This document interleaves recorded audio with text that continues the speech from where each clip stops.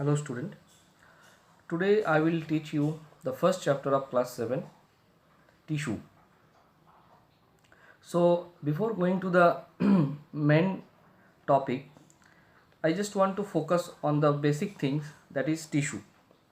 See, tissues are the group of cells that have a similar structure and act together to perform a specific function. Means suppose that we have a cell, so we know the property of cell. Cell is the fundamental and the structural unit of a living being. So one cell can divide it into by mitosis and meiosis, or you can say that the simply mutations. By the process of this mutation, the cell can be divided to many more. When the different kind of cell are attached together, or you can say that bind together to form one tissue. When these tissues are combining together to form an organ. So tissues are the group of cell. So it is the group of cells that have a similar structure and act together to perform a specific function. So one structures is equals to their functions. Means suppose that I have red blood cell and I have white blood cell. So this red blood cell, when combined together to form one tissue, and when white blood cell combine together to form another tissues. So these tissues are work different according to their structure. So different structures, different functions. So the tissues are the similar structure, different similar structures tissue perform a similar action. So similar structure and act together to perform a specific function. So actually tissues have been broadly classified two categories.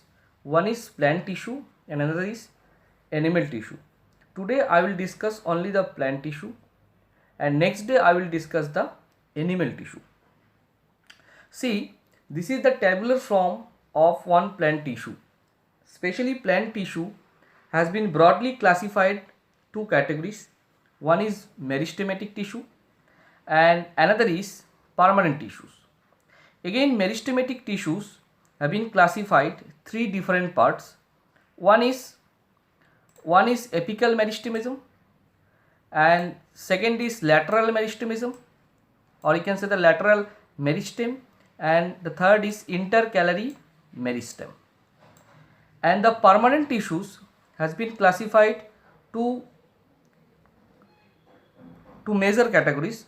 One is simple and another is complex. Students, here you see simple. Actually simple is the combining form of supporting and as well your protecting tissue. The simple tissue means it is the summation of protecting tissues and your supporting tissues. And this complex permanent tissue basically is your conducting tissues. So the simple permanent tissues has been classified three categories. One is parenchyma, one is collenchyma, another is sclerenchyma. And again this sclerenchyma had been classified into two categories. One is fibrous, another is sclerites. And complex permanent tissues has two parts. One is xylem and another is phloem. And xylem has been categorized in five parts: tracheids, vessels, xylem parenchyma. Xylem is manual mistake is there. It is also the same thing. So should be, it is four parts: tracheids, vessel, xylem parenchyma and xylem fibers. Okay.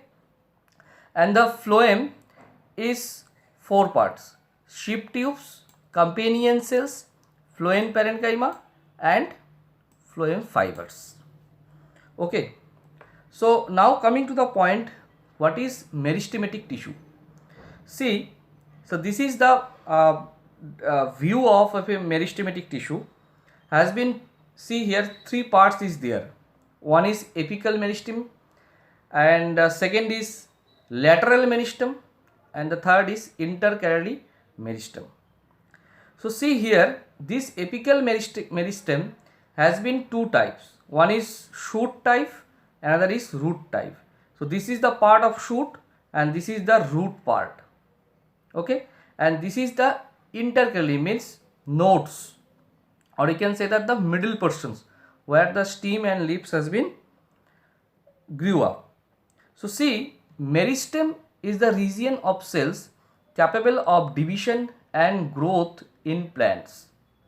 Meristems are classified by their location in plant as apical. So apical has been classified two types. Already I have said these things. One is root, another is shoot. So lateral part means this is the lateral part, means middle portions, or you can say that the side portions. Okay, and this is the part where the leaves are coming. So this part actually is your intercalary meristem. See, now the coming to the functions part. So this intercalary, that internodes or stem regions between the places at which leaves attach and leaf bases, especially of certain monocotyledons, for example grasses.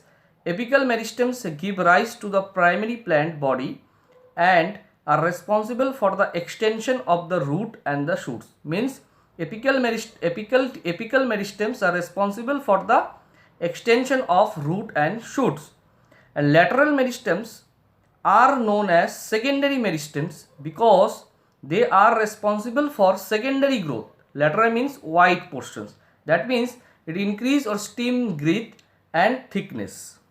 Okay, so next slide I will discuss the simple permanent tissue. Thank you.